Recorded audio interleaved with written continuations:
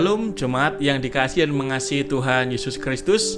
Kita bertemu kembali dalam sesi ibadah mandiri tengah minggu pada hari ini Kamis tanggal 9 Desember tahun 2021. Tiada kata yang indah yang dapat kita ungkapkan sampai saat ini selain kita berkata terima kasih Tuhan untuk hari ini. Terima kasih atas segala berkat-Mu yang telah menuntun kami sampai detik ini. Oleh karena itulah jemaat Tuhan, mari kita akan datang kepada Tuhan pada hari ini dalam ibadah renungan tengah minggu, dan supaya kita bisa menikmati hadirat Tuhan pada hari ini, saya ajak jemaat semua untuk mengambil saat teduh sejenak.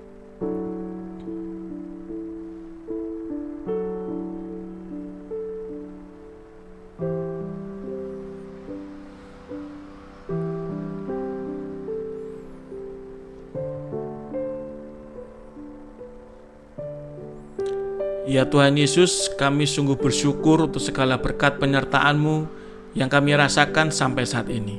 Engkau mengajari kami untuk selalu bersyukur dalam segala hal. Oleh sebab itu, kami mau menaikkan syukur kami kepada-Mu pada hari ini ya Tuhan. Dan saat ini kami siap untuk memuji dan menyembah-Mu dalam renungan tengah minggu ini. Berkatilah kami umat-Mu ya Tuhan, dalam nama Tuhan Yesus Kristus. Amin. Jemaat Tuhan, marilah kita mulai ibadah kita pada hari ini. Marilah kita memuji dan menyanyikan dan mengagungkan Tuhan dengan menyanyikan pujian dari pelengkap Kidung Jemaat nomor 219, Di Saat Ini Ku Angkat Tembang.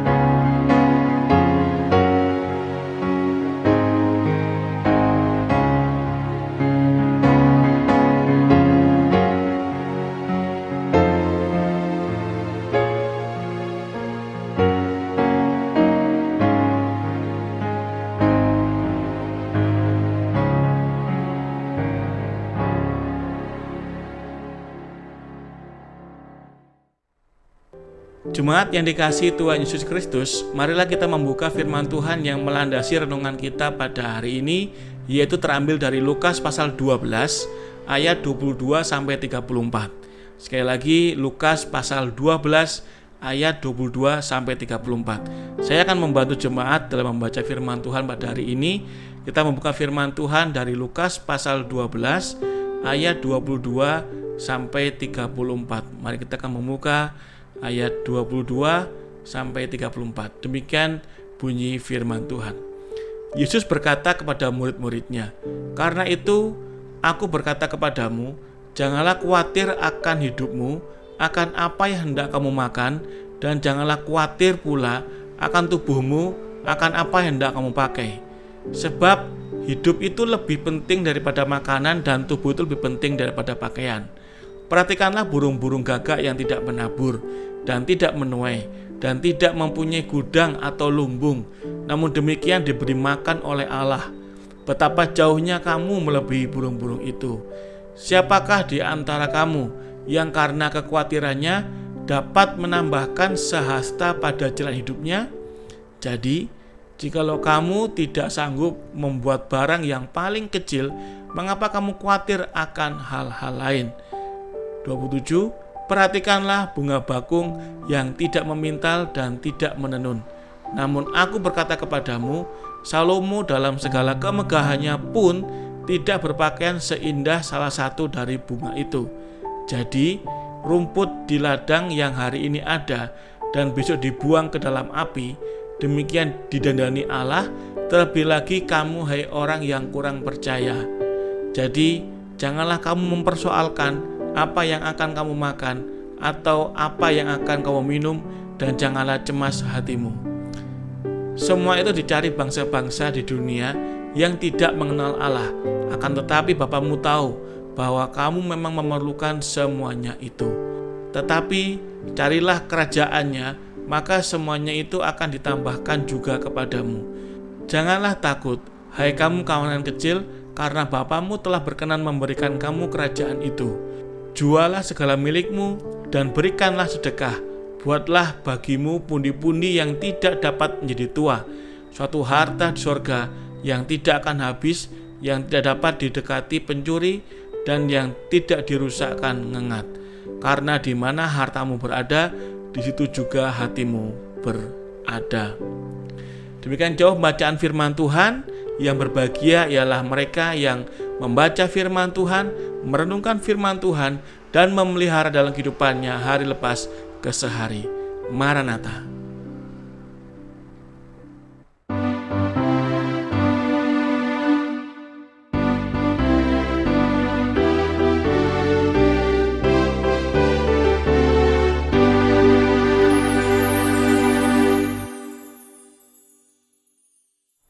Jemaat yang dikasihi Tuhan Yesus Kristus, tema kita untuk renungan tengah minggu pada hari ini adalah melawan kekhawatiran. Ya, betul. Hari ini saya akan membahas satu tema yang mungkin sudah pernah Bapak Ibu jemaat semua saudara mendengar tentang khotbah ini, yaitu melawan kekhawatiran. Bicara soal kekhawatiran, ini suatu hal yang nampaknya tidak bisa lepas dalam kehidupan kita. Ini nampaknya suatu perjuangan yang terus-menerus akan kita hadapi sampai kapan ya? Mungkin sampai kita dipanggil Tuhan baru selesailah semua kekhawatiran atau pikiran kita tersebut. Nah, kekhawatiran apakah hal yang perlu untuk kita pikirkan atau hal yang perlu untuk kita usahakan atau kita pertahankan? Di sini saya mengutip seorang tokoh yang bernama Norman Vincent Peale. Dalam penelitiannya dia mengatakan bahwa 92% dari apa yang kita khawatirkan tidak pernah terjadi atau tidak terjadi kenyataan. Ini suatu hal yang menarik Bapak Ibu, bahwa 92% ini bukan angka yang kecil, tapi ini angka yang besar. Dan 90% sukacita, damai sejahtera, dan kebahagiaan kita itu hilang karena kekhawatiran atau hal-hal yang kita khawatirkan namun tidak terjadi. Jadi yang pertama itu 92% ini tidak kejadian. Terus yang kedua itu 90% itu sukacita kita itu keambil atau hilang. Luar biasa ya kekhawatiran ini ya, bisa membuat efek yang sedemikian hebat di dalam hidup, di dalam diri manusia itu sendiri. Kekhawatiran itu pusatnya ada di dalam pikiran kita dan hati kita. Ya, disitulah tempat di mana khawatir itu ada, dalam hati dan pikiran kita. Ketika pikiran kita berpikir khawatir, kemudian direspon oleh jiwa kita. Dan ketika jiwa merespon untuk khawatir yang kita pikirkan, maka kita menjadi tidak damai sejahtera, gelisah, takut, was-was, panik, dan lain sebagainya. Nah, memang inilah yang kita alami kalau kita mengalami khawatir. kita akan mengalami yang namanya nggak damai sejahtera, kita akan mengalami yang namanya gelisah, kita akan mengalami yang namanya takut, kita akan mengalami yang namanya was-was, panik, dan lain sebagainya, hal-hal yang itu semua. Dan semua itu letaknya di mana? Letaknya di jiwa kita. Jiwa itu posisinya di mana? Ada di dalam hati kita masing-masing. Nah, semua itu berawal dari pikiran, kemudian pikiran itu memicu jiwa kita, sehingga akhirnya menghasilkan suatu kondisi yang seperti yang saya ungkapkan di sebelah layar ini. Tidak damai sejahtera, gelisah, takut, was-was, panik, dan lain sebagainya. Oleh karena itu, kalau kita membaca firman Tuhan dalam Filipi pasal 4 ayat 6 sampai 8, kita akan membaca firman Tuhan dari Filipi pasal 4 ayat 6 sampai 8. Ini firman Tuhan yang sudah sering kita baca, kita renungkan gitu ya. Filipi 4 ayat 6 dikatakan demikian.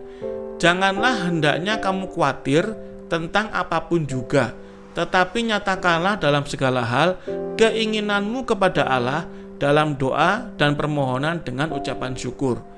Ayat 7, damai sejahtera Allah yang melampaui segala akal akan memelihara hati dan pikiranmu dalam Kristus Yesus. Ayat 8, jadi akhirnya saudara-saudara, semua yang benar, semua yang mulia, semua yang adil, semua yang suci, semua yang manis, semua yang sedap didengar, semua yang disebut kebajikan dan patut dipuji, pikirkanlah semuanya itu. Oke, ayat 4, 6, dan 7 atau ayat 6, 7, 8 maksud saya, itu merupakan ayat yang satu kesinambungan, satu bagian, dimana ketika kita khawatir, ayat 6, naikkanlah segala keinginanmu dalam doa dan permohonan. Kemudian ayat 7 kita akan menemukan bagaimana Allah akan memberkati dan mengatasi segala pergumulan kita. Nah, kalau kita perhatikan di situ Bapak Ibu semua, ayat 6 itu perintah jangan khawatir, prinsip dalam mengatasinya, yaitu dengan apa? Berdoa dan menaikkan syukur, permohonan, naikkan. Kita kepikiran apa? Naikkan dalam doa, jangan kita ragu-ragu. Kemudian ayat 7, itu cara Tuhan menghilangkan kekhawatiran kita. Dengan cara apa? Damai sejahtera Allah yang melampaui segala akal akan menguasai hati dan pikiranmu. Nah itu, hati dan pikiranmu. Jadi sebenarnya pusat kekhawatiran itu ada di mana? Hati dan pikiran kita. Dan ayat 8 adalah cara praktis bagaimana kita mengatasi dan melawan kekhawatiran dengan cara apa? Melatih pikiran kita dengan benar. Tadi dikatakan ya, semua. Nah, kita melatih, kita membiasakan diri untuk melatih pikiran kita seperti yang diungkapkan dalam firman Tuhan. Nah, kalau kita nggak mau melatih pikiran kita seperti yang diungkapkan firman Tuhan, maka ya jangan heran kalau kita gampang khawatir dan kita gampang kacau, gampang chaos, ya, kita gampang terguncang iman kita karena kita tidak mengikuti firman Tuhan. Yang mana firman Tuhan tahu bahwa ketika kita khawatir, kita harus melatih diri kita untuk berpikir yang benar seperti di ayat ke-8. Nah, jemaat yang dikasihi Tuhan Yesus Kristus, lantas bagaimanakah kita supaya kita bisa melawan kekhawatiran dalam hidup kita ini berdasarkan bacaan yang tadi kita bahas. Kekhawatiran itu selalu ada. Kekhawatiran akan selalu kita hadapi hari lepas ke hari, dan minggu lepas minggu, bulan lepas bulan, tahun, bahkan setiap kapanpun kita akan menghadapi yang namanya peperangan terhadap kekhawatiran. Lantas bagaimana kita mengatasinya? Di sini ada langkah-langkahnya bagaimana kita untuk mengatasi kekhawatiran. Tentunya langkah-langkah ini berdasarkan firman Tuhan. Yang pertama adalah pikirkan kembali fokus hidup kita. Yes. Tadi dalam ayat 22 dikatakan, karena itu. Ini artinya perkataan Yesus itu ada kaitannya dengan ayat sebelumnya. Ayat sebelumnya dalam Lukas pasal 12 kan dikatakan karena itu. Jadi kita bacakan karena itu. Nah, kalau kita lihat lagi di Alkitab, mari kita coba lihat lagi Lukas pasal 12 ayat 22. Kalau kita melihat di sini Bapak Ibu semua jemaat Tuhan, yang dikatakan Yesus berkata kepada murid-muridnya, karena itu. Nah, itu ini apa? Itu ini adalah penjelasan tentang yang ada di ayat sebelumnya ini. Nah, Apa isi ayat sebelumnya ini? Ya, nanti jemaat silakan boleh membaca di rumah masing-masing ya, sebelum atau setelah renungan pada hari ini. Apa kira-kira maksudnya? Nah, di ayat 13 sampai 21 itu mengisahkan tentang orang kaya yang bodoh. Ya, jadi Yesus memberikan suatu perumpamaan contoh tentang orang kaya yang bodoh. Mengapa Yesus bilang bodoh? Karena mengumpulkan harta untuk kekayaannya sendiri, ya, diri sendiri. Ini merupakan hal yang bodoh menurut Tuhan Yesus. Ya, menumpuk harta untuk diri sendiri itu bodoh. Nah, kalau kita perhatikan di dalam bacaan kita dalam ayat tersebut ya, makanya dikatakan di ayat 20 ini, hai engkau orang bodoh, ini ngomong Yesus ya, pada malam ini juga jiwamu akan diambil daripadamu, dan apa yang telah kau sediakan untuk siapakah itu nanti? Jadi Yesus mengatakan orang kaya ini orang bodoh. Kenapa? Karena di ayat sebelumnya, kalau kita katakan di ayat sebelumnya, kalau kita buka di sini,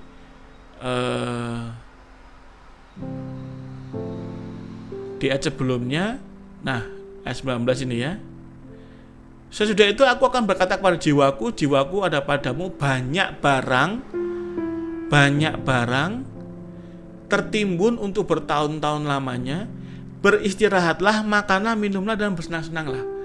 Kemudian dikatakan itu adalah hal yang bodoh oleh Tuhan Yesus. Ini hal yang menarik jemaat Tuhan. Kenapa? Tuhan Yesus mengkritik orang kaya ini karena dia merasa dengan punya harta yang banyak.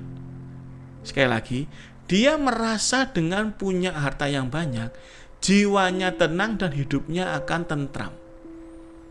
Dan pikiran seperti itu adalah pikiran yang bodoh. Sehingga Yesus Kristus mengatakan, hai orang bodoh. Ini bukan sesuatu hal yang kasar atau gimana, tapi ini Yesus mengatakan fakta sebenarnya. Makanya dikatakan kan, hai engkau orang bodoh, pada malam ini juga jiwamu akan diambil daripadamu. Ini maksudnya apa? Maksudnya adalah nyawamu akan diambil.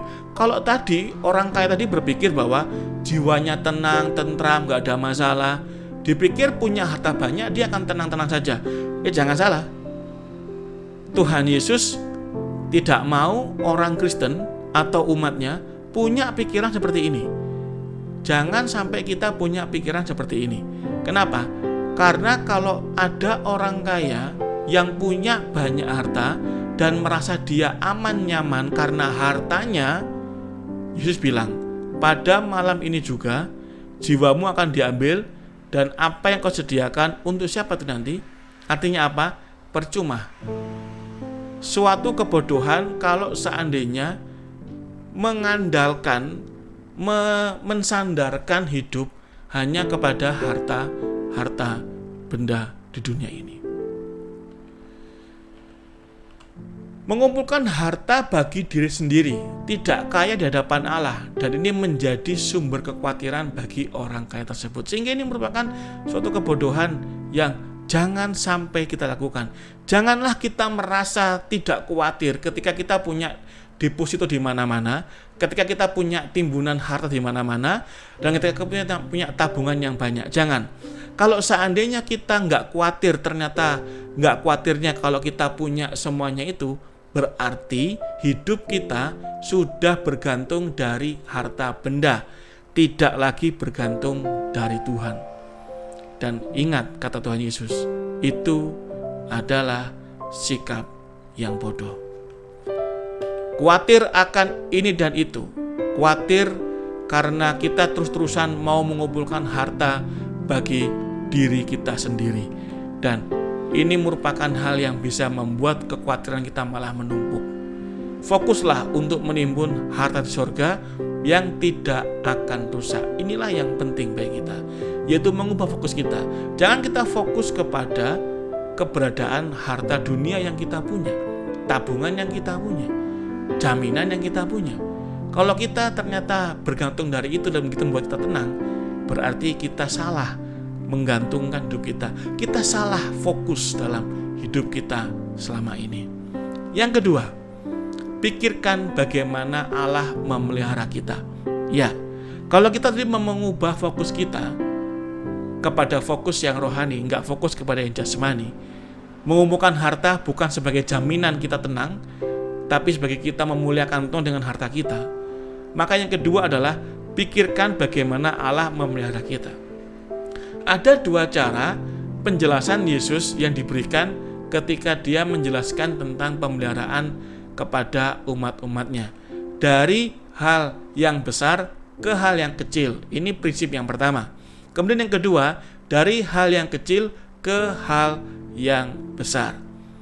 Yesus mengatakan bahwa bukankah hidup itu lebih penting daripada makanan?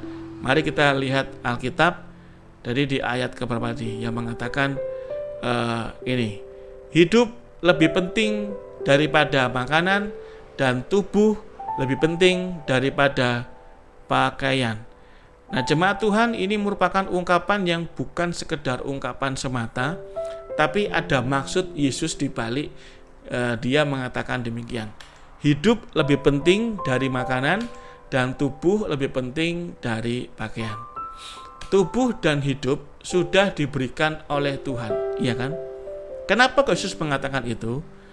Tubuh dan hidup sudah diberikan Tuhan. Contohnya sekarang Bapak Ibu kan punya tubuh kan? Sekalipun kita mungkin ada yang tubuhnya kurang atau mungkin ada orang yang cacat, tapi intinya adalah punya tubuh, bukan? Kalau kita punya tubuh, maka lantas kita nggak perlu pusing tentang pakaian. Itu artinya Tuhan akan menjamin pakaian yang kita pakai. Justru kalau kita pusing itu harusnya kita pusing kalau kita punya pakaian, tapi kita nggak punya tubuh. Baru kita pusing. Tapi kan tidak. Tubuh diberikan oleh Tuhan. Coba, berapa harga tubuh kita? Mahal sekali. Kalau kita mau potong-potong tubuh kita ini, kita jual, organ tubuhnya ini udah mahal. Ketika ada orang yang mendonorkan ginjal, misalnya kan ginjal ya dipakai untuk mencari uang yang suka guyonan-guyonan itu kan, sampai jual ginjal dan sebagainya. Ginjal harganya berapa? Ada yang 30, 70 juta, 1M. Intinya kan mahal. Dan kita mendapatkan semua itu gratis dari Tuhan. Kemudian hidup. Bapak Ibu sekarang masih hidup enggak? Masih hidup kan? Berapa harga hidup? Hidup tuh mahal sekali. Harga hidup Bapak Ibu dan saya, kalau mau tahu, itu seharga pengorbanan Tuhan Yesus di kayu salib. Tuhan Yesus mengorbankan nyawanya supaya Bapak Ibu tidak mengalami kebinasaan. Iya kan?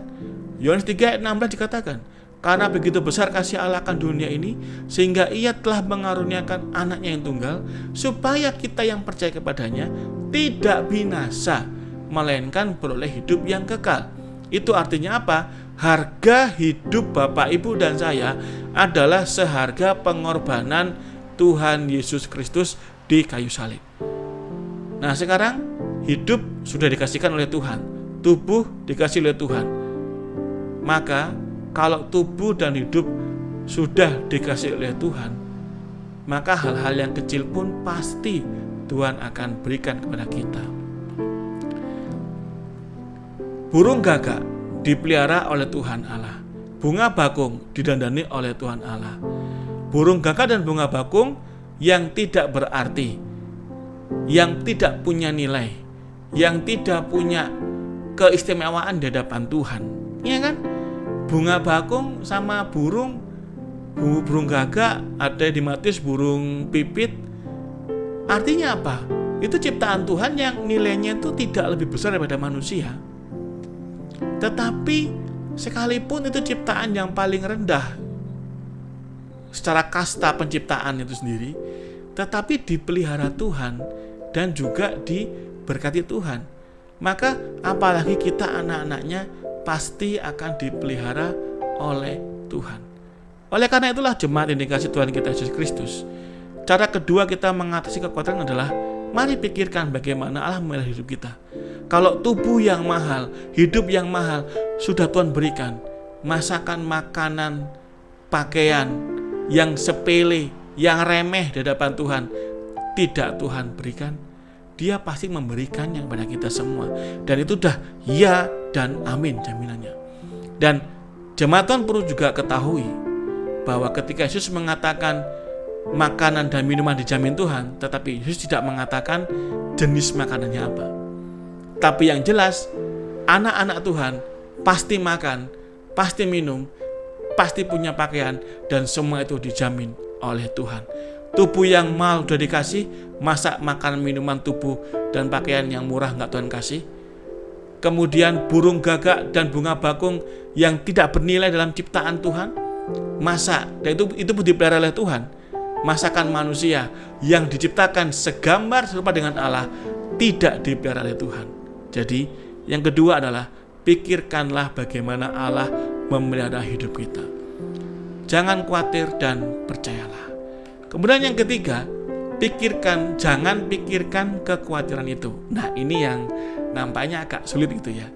Karena bagaimana mungkin kita tidak memikirkan kekhawatiran? Ya mungkin saja sebenarnya kalau kita melakukan dua hal pertama yang sebelumnya tadi. Karena ketika kita mengubah fokus kita, ketika kita memikirkan pemeliharaan Tuhan, maka di saat yang sama kita sedang tidak memikirkan kekhawatiran itu. Jadi tidak memikirkan kekhawatiran diganti dengan pikiran-pikiran yang lain. Ya. Nah, dalam bahasa asli kata jangan khawatir diterjemahkan dengan jangan dipikirkan. Kenapa? Karena khawatir itu nggak ada faedahnya. Loh, dari bagaimana mungkin kok nggak ada faedahnya? Loh iya, Yesus kan berkata di dalam tadi bacaan kita di dalam Lukas pasal 12 yang dikatakan tentang sehasta. Kita di ayat berapa tadi? Kalau kita di ayat berapa yang mengatakan dapat menambah sehasta di dalam hidupmu. Nah ini, siapakah di antara kamu yang karena kekhawatirannya dapat menambahkan sehasta pada jalan hidupnya?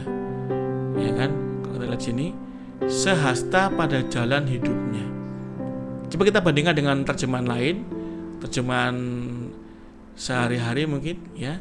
Lukas 12 ayat yang ke tadi 21 gitu ya. 22, 21, 23. Oke. Ayat 25 ini kan ya. Nah, ini lebih jelas.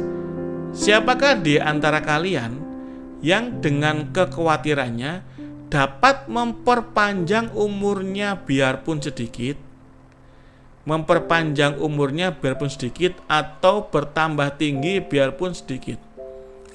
Nah, di sini Tuhan Yesus ingin memberikan suatu penekanan penting kepada kita semua umatnya, bahwa kekhawatiran itu tidak mempunyai keuntungan apa-apa dalam hidup kita, sehingga untuk menambah umur saja nggak bisa. Kalau seandainya dengan khawatir kita bisa memperpanjang umur kita, mendingan kita khawatir setiap hari, bukan? Setiap hari kita perlu khawatir. Makanya kan tips panjang umur adalah kita hidup penuh kekhawatiran supaya panjang umur. Nah, tapi kenyataannya tidak, jemaat Tuhan. Tuhan mengatakan apakah bisa menambah saja? Tidak. Nggak ada, artinya apa? Nggak ada gunanya. Yang namanya khawatir itu nggak ada faedahnya. Yang namanya khawatir itu. Pikirkan firman Tuhan, ya kan? Kalau kita nggak mikirkan khawatir, mikir apa? Ya pikirkan firman Tuhan, jelas. Tadi kan Filipi 4 ayat 8, pikirkanlah semuanya itu. Nah ini. Nah kadang-kadang kita terlalu fokus dengan kekhawatiran sehingga kita lupa untuk berpikir tentang firman Tuhan. Kemudian setelah itu apa? Kita berdoa. Tadi kan dikatakan, nyatakanlah permohonanmu dalam doa dan permohonan. Nyatakanlah. Jadi kita harus berdoa. Jangan kita dipikir sendiri dan mencoba untuk mencari solusinya sendiri. Ini jelas keliru, gitu ya. 1 Petrus 4 ayat 7 dikatakan demikian. Kesudahan segala sesuatu sudah dekat. Karena itu kuasailah dirimu dan jadilah tenang. Supaya apa? Supaya kamu dapat berdoa. Nah itu. Jadi kalau seandainya kita masih khawatir, susah berdoa pasti. Tapi kalau kita memikirkan bagaimana Allah memelihara hidup kita memfokuskan hidup bergantung kepada Tuhan, maka kita akan bisa tenang, bisa menguasai diri, dan kita dapat berdoa. Dengarkanlah firman Tuhan. Nah, ini penting. Kalau kita khawatir, jangan mendengarkan hal-hal yang gak penting. Jangan apalagi mendengarkan masukan-masukan yang menyesatkan, masukan-masukan yang malah membawa jemaat Tuhan kepada dosa. Hindari itu. Ada yang menolong, ya maksudnya datangnya untuk nolong, tetapi ternyata memberi masukan yang membawa kita kepada dosa. Jelas ini hal yang keliru. Hati-hati, jangan sampai kita terjerumus di dalam dosa. Roma 10:17 mengatakan, jadi iman timbul dari pendengaran dan pendengaran firman Kristus. Jadi jemaat Tuhan, supaya kita tetap punya iman ketika menghadapi kekhawatiran, dengarkanlah firman Tuhan. Renungan pada tengah minggu ini didengarkan dengan baik-baik, khotbah-khotbah yang setiap hari minggu didengarkan dengan baik, mungkin renungan-renungan dari tempat lain, dari radio-radio rohani setiap harinya didengarkan dengan baik. Supaya apa? Supaya iman kita tumbuh, dan kalau kita punya iman yang tumbuh, kita bisa mengatasi yang namanya kekhawatiran. Kemudian yang keempat adalah hiduplah sebagai orang beriman yang taat. Yes, ini penting sekali. Di dalam bacaan kita pada hari ini, dalam ayat 3-32, itu ada dua cara praktis hidup sebagai orang beriman. Yang pertama adalah mencari kerajaan sorga. Nah, ini seringkali salah diartikan. Seringkali kalau kita mencari kerajaan sorga diartikan tuh ibadah. Ya memang iya, cuman bukan itu satu-satunya. Makna kalimat ini adalah lebih kepada ini. Mencari otoritas Allah, untuk mau taat kepada otoritas dan kehendak Tuhan Allah yang adalah Raja kita. Jadi artinya melawan kekhawatiran dengan ketaatan hidup iman kita. Itu. Nah, bentuknya bisa beribadah, bisa berdoa, dan sebagainya. Dan di sini pun juga jemaat Tuhan harus hati-hati. Jangan sampai kita hanya mencari berkat Tuhan, hanya mencari yang ditambahkan saja, tetapi tidak mencari Tuhan dengan sungguh-sungguh. Ingat loh, Tuhan bisa melihat motivasi jemaat Tuhan semua. Tuhan bisa lihat motif kita, hati kita seperti apa ketika berhadapan dengan Dia. Tuhan bisa nilai kita itu niatnya seperti apa ketika kita beribadah kepada Dia. Kita sungguh-sungguh atau main-main, kita motifnya salah atau motifnya benar, semua bisa Tuhan ketahui. Jadi, pastikan bahwa kita benar-benar mencari kerajaan sorga, dan itu akan menjadi berkat buat kita sendiri. Kemudian yang kedua adalah jangan takut. Nah, mengapa kita diperintahkan untuk jangan takut? Karena yang pertama, Allah yang menjamin hidup kita semua, yaitu karena Allah menjamin hidup Bapak Ibu dan saya, saudara dan saya. Karena Allah menjamin hidup umatnya, sehingga karena jaminan itulah Tuhan Yesus mengatakan jangan takut. Kemudian karena Allah Maha Kuasa, siapa yang ragu dengan Allah? Siapa yang mau ragu dengan Yesus? Dia Allah yang perkasa, ya kan? Dia Maha Kuasa, Dia sanggup melakukan segala perkara. Allah kita Allah yang dahsyat, Allah yang besar, Allah yang ajaib. Sehingga kita jangan takut. Kenapa? Karena Allah Maha Kuasa. He can do anything. Dia bisa melakukan apapun itu. Dia bisa melakukan apapun itu. Maka dari itu jangan takut.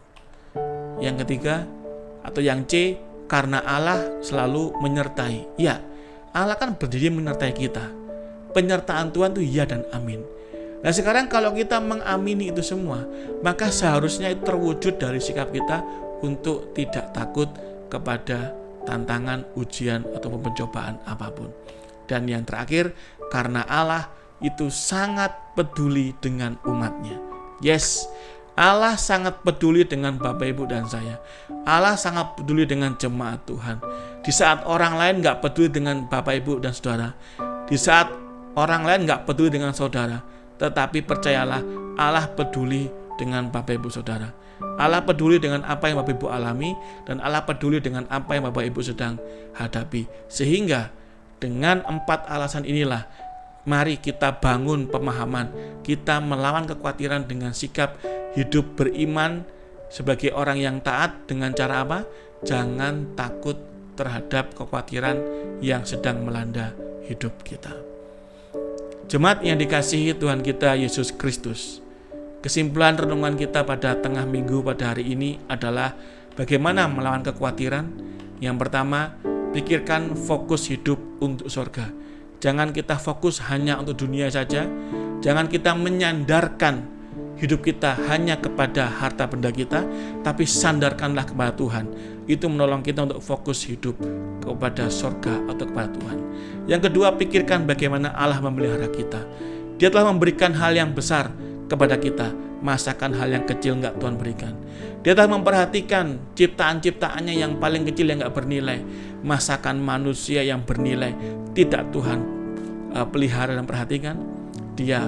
Oleh karena itu, pikirkanlah bagaimana Allah memelihara hidup kita. Yang ketiga, jangan pikirkan kekhawatiran itu. Ganti pikiran khawatir dengan pikiran yang benar, yaitu pikiran sesuai dengan firman Tuhan. Memang gak mudah, tetapi jangan dulu menyerah, tapi berjuanglah untuk berpikir sesuai dengan firman Tuhan. Jangan pikirkan kekhawatiran itu. Dan yang keempat, hiduplah sebagai orang beriman yang taat. Ya, cari kerajaan surga. Dan yang kedua adalah hidup jangan takut kepada kekhawatiran. Demikianlah firman Tuhan yang kita renungkan pada tengah minggu ini. Kiranya memberkati jemaat Tuhan semuanya. Tuhan Yesus memberkati. Amin.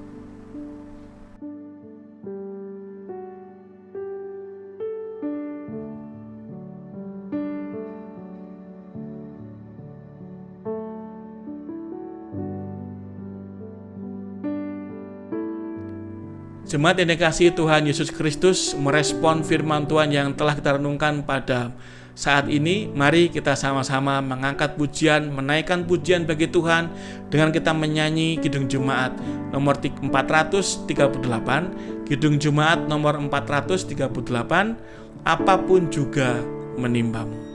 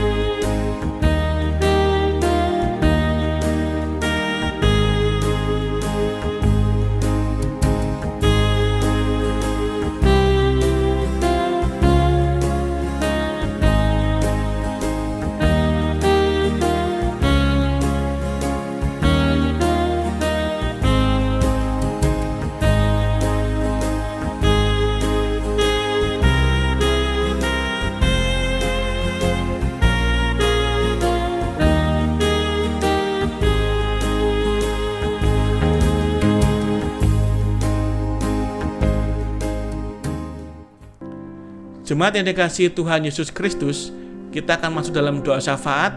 Saya akan memimpin dalam doa dan kita semua akan bersatu dalam doa dan akan kita akhiri bersama-sama dengan doa Bapa kami. Mari kita berdoa. Tuhan Yesus, terima kasih atas segala berkat kasih karunia-Mu. Renungan firman Tuhan pada hari ini menolong kami semua untuk mempunyai suatu prinsip hidup yang benar, yang kuat untuk melawan kekhawatiran. Tuhan, mampukan kami untuk bisa menjalankan firman Tuhan ini dalam kehidupan kami hari lepas ke sehari. Bapa dalam surga, dalam nama Tuhan Yesus Kristus, Bapa dalam kerajaan surga, dalam nama Tuhan kami Yesus Kristus, pada saat ini kami mau menaikkan doa kami. Kami berdoa untuk kami semua Tuhan hari ini. Keluarga-keluarga-Mu Tuhan, jemaat-jemaat-Mu, umat-umat-Mu. Pribadi lepas pribadi, keluarga lepas keluarga, dengan berbagai macam pergumulan yang kami hadapi. Kami berdoa Tuhan, jika di antara kami ada yang sakit ya Bapa, kami mohon berkat kesembuhan-Mu menjamah kami. Dalam nama Tuhan Yesus, Engkau memberikan kesembuhan kepada kami semua. Baik kami yang sakit di rumah maupun di rumah sakit, Tuhan melawat dan memberikan kesembuhan. Tuhan Yesus, berkatilah obat-obatan yang dikonsumsi, biar Tuhan pakai menjadi alat kesembuhan bagi kami umat-Mu. Kami juga berdoa untuk jemaat-jemaat-Mu yang bergumul dalam masalah pergumulan pekerjaan, dalam juga kehidupan hari lepas ke sehari, ekonominya. Kami berdoa Tuhan Yesus, berbelas kasihanlah pada kami, memeliharakan kami umat-Mu ini. Kami akan terus berjuang sebagaimana firman Tuhan pada hari ini berpesan untuk tidak khawatir apa yang kami makan dan kami minum dan kami pakai, karena kami tahu Tuhan mencukupkan segala sesuatunya. Tuhan memberkati dan menolong jemaat-Mu. Juga berdoa untuk jemaat yang bergumul dalam rumah tangganya Tuhan. Hubungan suami istri yang kurang begitu baik, hubungan orang tua yang anak yang kurang begitu baik, Tuhan menolong dan melawat. Dalam nama Yesus Kristus, setiap rumah tangga boleh mengalami lawatan kasih Tuhan, dan juga Roh Kudus bekerja memberikan pengampunan, sehingga setiap rumah tangga di jemaat-Mu mengalami pemulihan dari kasih Kristus. Tuhan memberkati setiap rumah tangga kami, keluarga kami dalam kasih dan pemeliharaan-Mu. Bapak, terima kasih untuk semuanya ini. Kami serahkan juga Tuhan untuk para pelayan-pelayan gereja tempat kami beribadah. Berkati gereja kami POK GKPU Sulaiman, berkati para pelayan-pelayannya Tuhan Yesus. Berkati pendeta, para bapak ibu majelis, para pengurus komisi, para song leader, operator LCD, operator, ditambah lagi juga dengan konser gereja. Berikan kami kesatuan hati dalam melayani Tuhan dengan sungguh-sungguh, dengan benar, supaya nama Tuhan dipermuliakan dan menjadi berkat bagi jemaat yang dilayani. Tuhan memberkati gereja kami. Bapak, terima kasih, dan segala pergumulan yang kami naikkan Tuhan, Engkau mendengar dan mengerti, bahkan Engkau memahami apa yang kami gumulkan sampai saat ini. Namun kami juga mau bersyukur atas segala berkat Tuhan yang kami rasakan sampai detik ini, semua oleh karena anugerah dan kasih Tuhan yang nyata dan yang besar. Bapa dalam surga, terima kasih. Inilah doa syafaat kami, permohonan kami yang kami naikkan kepadamu. Di dalam nama Tuhan Juru Selamat kami yang hidup, Tuhan Yesus Kristus namanya, yang juga telah mengajarkan bersama-sama berdoa demikian. Bapa kami yang di sorga, dikuduskanlah namamu. Datanglah kerajaanmu, jadilah kehendak-Mu di bumi seperti di sorga. Berikanlah kami pada hari ini makanan kami yang secukupnya, dan ampunilah kami akan kesalahan kami, seperti kami juga mengampuni orang yang bersalah pada kami. Dan janganlah membawa kami dalam pencobaan, tapi lepaskanlah kami daripada yang jahat, karena Engkau yang punya kerajaan dan kuasa dan kemuliaan sampai selama-lamanya. Amin. Jemaat yang dikasihi dan mengasihi Tuhan Yesus Kristus, marilah kita menutup renungan kita pada tengah minggu ini dengan kita bersama-sama memuji Tuhan dengan pujian yang berjudul Terima Kasih Tuhan.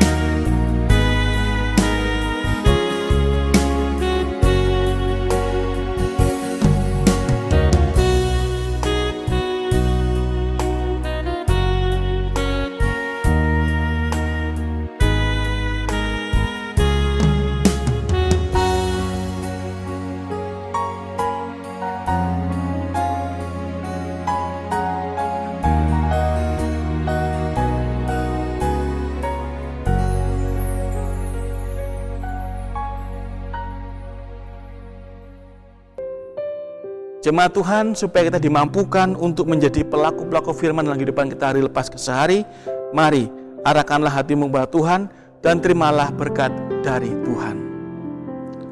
Tuhan memberkati engkau dan melindungi engkau. Tuhan menyinari engkau dengan wajah-Nya dan memberi engkau kasih karunia. Tuhan menghadapkan wajah-Nya kepadamu dan memberi engkau damai sejahtera. Maranatha. Amin.